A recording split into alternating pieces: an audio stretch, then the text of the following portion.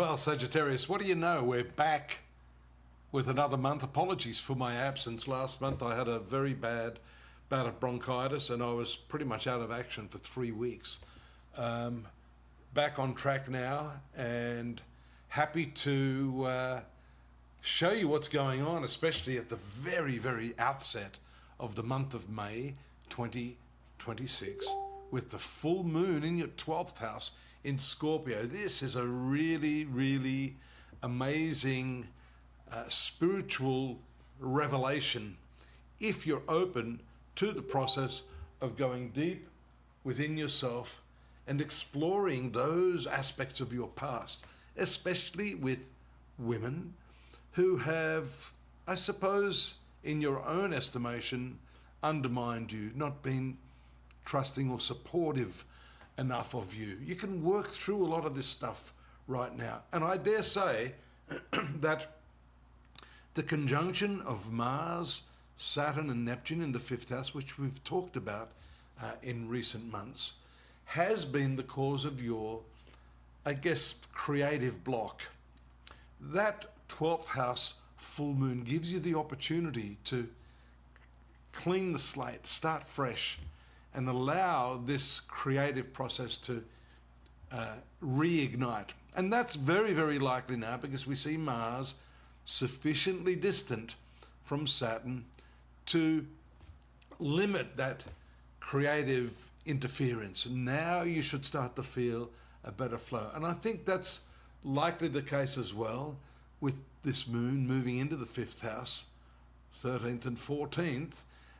And the moon, of course, is ruling this eighth house. So dealing with some of these subconscious issues is the creative key for you right now. This means also, because fifth house is love affairs and, entertainment, this might have to be put on hold for a while. So you've got to prioritize this romantic aspect of your life, how much are you going to give to someone else, or how much you're going to give back to yourself. Time to release yourself from those past shackles, emotional, mental, and spiritual shackles, so that your creative life can shine. And then the new moon that we see there on the 17th in your sixth house shows that there's a whole new methodology in your day-to-day living, your actual scheduling. Believe it or not, that's very, very important, because if your time is not managed properly, then of course you're not going to be able to allocate creative energy because you don't have the time to do it. So time is a very important aspect of this. Relationships will come to the fore right at the end of the month, the last week when the sun enters into your seventh house with Uranus.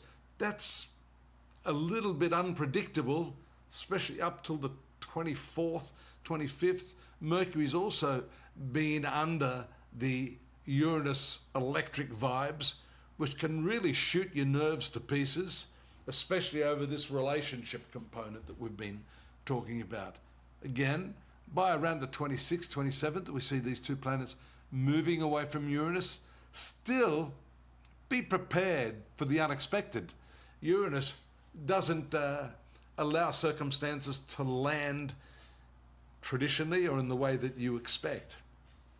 But still, we can see the positive power of Pluto on Uranus here, the transformative influence. If changes are happening, changes are slipping out of your control, then you have to sort of flow with that, roll with the punches, and see where that's going to take you. Because actually this shows that there's some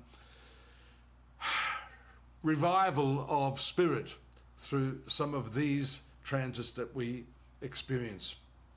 In terms of the relationship, you've got a really lovely aspect here, Venus and Jupiter in the eighth house of intimacy, especially the very last point of the month here when the moon makes a really lovely supportive trine aspect to Venus. So peace, love, dove, Hare Krishnas, light shows and all that groovy stuff seems to be the full stop, or should I say the cherry on top of the cake of the month of May. And you can find out more because we've put some text-based readings on the site at astrology.com.au. You can follow those links there to get a little more detail on what's happening for you. Be great if you could subscribe, like, drop me a note, and by all means come back next month. I'll be waiting for you with a little bit more on what's going on in the universe of Sagittarius. Take care now.